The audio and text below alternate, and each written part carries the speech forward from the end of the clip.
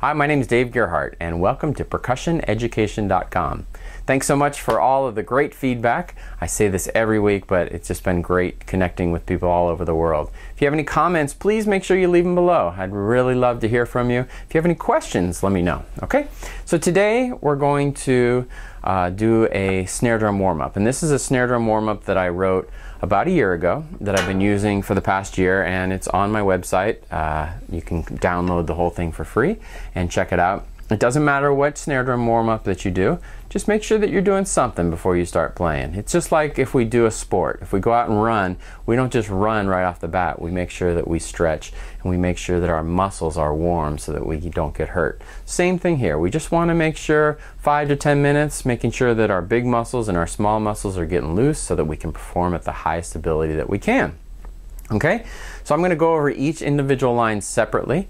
There is a metronome track, and I use this killer metronome, which is called Tempo Advance. And you can build set lists in there. You can also string them together. You can speed up, you can slow down, and for a warm-up, it's great. So I've created a YouTube video of the metronome track for this warm-up if you do it consecutively, A through G, okay? But you can also do each individual line separately. You can do it in any order that you want. This is just an order that I've picked and has worked out really well for me, okay? So the first line is just 8 in a hand, okay? The only thing different is we're doing them together, and this is a technique that Gary Cook calls cloning, okay? And other people obviously have talked about this as well. I'm just doing both together so that I don't have to do it twice as long, okay? I don't have to do 8 in a hand and then do. I'm just putting them together so that I can cut my practice time in half, okay? And all I'm doing here is I'm just really thinking about warming up my big muscles. I'm doing full strokes, 8 to 10 inches above the pad. I'm not pushing it in, I'm just letting the sticks rebound and doing nice big full strokes, okay? Controlled, everything is controlled, okay? Once you memorize each individual line, make sure you're looking at your hands so that you can make sure that everything looks good. You know, if something isn't functioning correctly or looking right, make sure that you're correcting it. And this is a great thing to do in front of a mirror as well, okay? Line 2 is singles, and the singles I started a slower tempo and speed it up, and that's also done on that metronome track that's on YouTube. And I like to start with 16th notes and then go to 8th notes, so I start 2, 3, 2, 2, 3, 1 and 2 and 3 and 1, 2, 3, 2, 2, 3, 1 and 2 and 3 and. Some people like to do it the other way, 8th notes first and then 16th notes. It really doesn't matter. What I really like about this is it just gets me, it works on my timing, so I make sure that coming out of the 16th note, my 8th note is nice and even. It also makes me a little bit more aware of what my right hand is doing while I'm doing those faster notes. If I'm just thinking about it, it's just doing 8th notes, right? Same thing, just on the upbeat, right? So that's how I do it. Coming out of that, going into line C, I go in to do some paradiddles, and all I've done is instead of starting with single paradiddles like most exercises start with, I start with triple paradiddles, and we do triple paradiddles, double,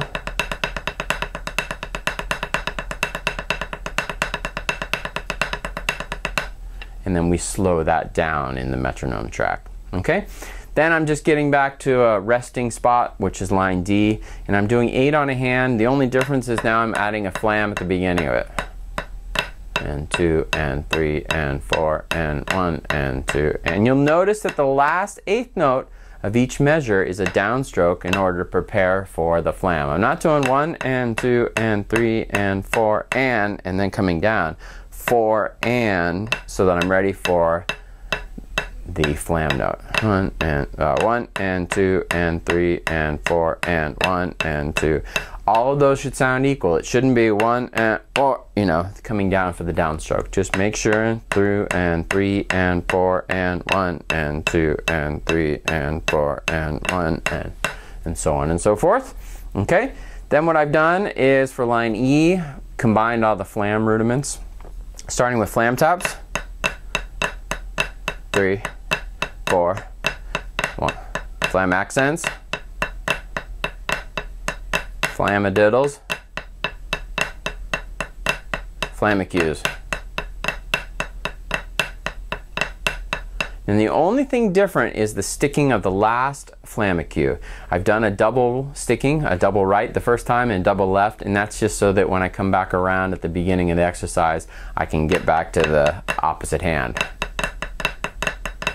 Okay, also in the metronome track, this starts to speed up as well. Okay, then we get on to our rolls.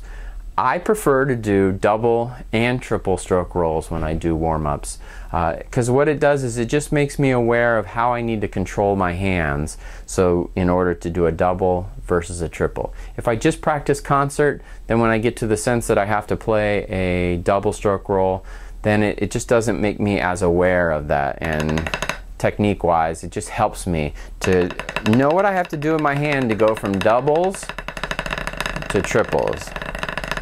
Okay, so I just do a foundation based exercise where I do 16th notes, double,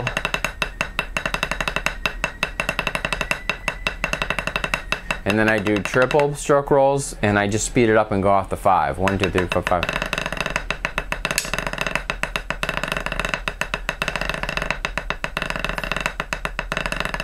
And I do this remembering with the arm stroke, and you can go back to the previous couple episodes where I talk about using the arm to develop the roll. And then I do a 1-minute roll. First as a double stroke roll. And the main reason that I'm doing a 1-minute roll, yes, of course we're never going to have to do a 1-minute roll. Well, I shouldn't say never, but generally we don't have to do a 1-minute roll. But what this does is it really focuses me and makes me pay attention and relax. If I get tense during any of this, it's going to sound bad, and it's going to cause me tension or pain in my hands. So just by doing this as a 1-minute roll, and then doing the long roll with a triple bounce or a concert style roll, it just makes me focus on relaxing. So that's one of the main reasons I do that. Okay. I also like to do longer rolls. I'll do 2-minute, 3-minute, 4-minute rolls, especially if I'm you know, sitting down watching sports or something on TV. I'll just sit there and pull out my pad and just practice on relaxing, you know, because a lot of times we want to tense up and really go into the pad. Okay, so like I said, you can do each individual line separately. You can do them all together in the order that's here, or you can make up your own. This is not the only snare drum warm-up. There are many warm-ups. If you search Google, there are many warm-ups for snare drum. This is the one that I created for me, and now I'm sharing with you, and I hope that you will find something good that has helped your technique out of this. Again, if you have any questions, comments, anything, please feel free to contact me either on Twitter or on Facebook, or leave a comment below, and I'll look forward to seeing you on the next episode of PercussionEducation.com. Thanks so much.